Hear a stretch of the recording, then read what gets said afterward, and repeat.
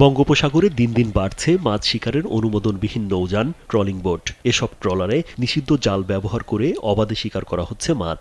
মারা পড়ছে বিভিন্ন প্রজাতির পোনা, ফলে মাছ শূন্য হয়ে পড়েছে সমুদ্র।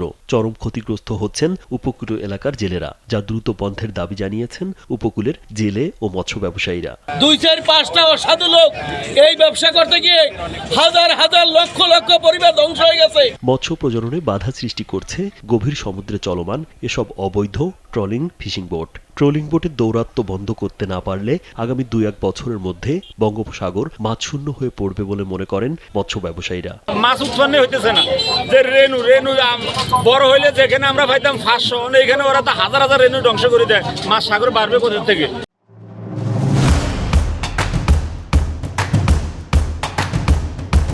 আড়তদারদের অভিযোগ, এসব ট্রলিং বোটের মাধ্যমে নির্বিচারে মাছ শিকার করায় এরই মধ্যে সমুদ্রে মাছের আকাল দেখা দিয়েছে। এতে নেতিবাচক প্রভাব পড়তে শুরু করেছে উপকূলীয় মৎস্যজীবীদের জীবন জীবিকায়। মা ইলিশ এবং পোনা মাছ, যেটা ইলিশের বাচ্চা, সেটাও তারা ধ্বংস করে ফেলে এবং সকল মাছ ধ্বংস করতেছে। আমরা মূলত এই ট্রলিংটা বন্ধ চাই। নৌবাহিনী ও কোস্টগার্ডের পাশাপাশি নৌ পুলিশও অবৈধ ট্রলিং ট্রলার বন্ধে তৎপর রয়েছে বলে জানান কুয়াকাটা নৌ পুলিশের ওসি। ট্রলিং এটি সরকার কর্তৃক নিষিদ্ধ।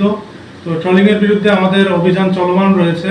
যারা ট্রলিং এর সাথে জড়িত রয়েছেন, মালিক বা অন্যান্য লোকজন, তাদেরকে আমরা বলেছি যে আপনারা কি রিড করেছেন সেটির কাগজপত্র আমরা দেখার জন্য আমি চেয়েছি।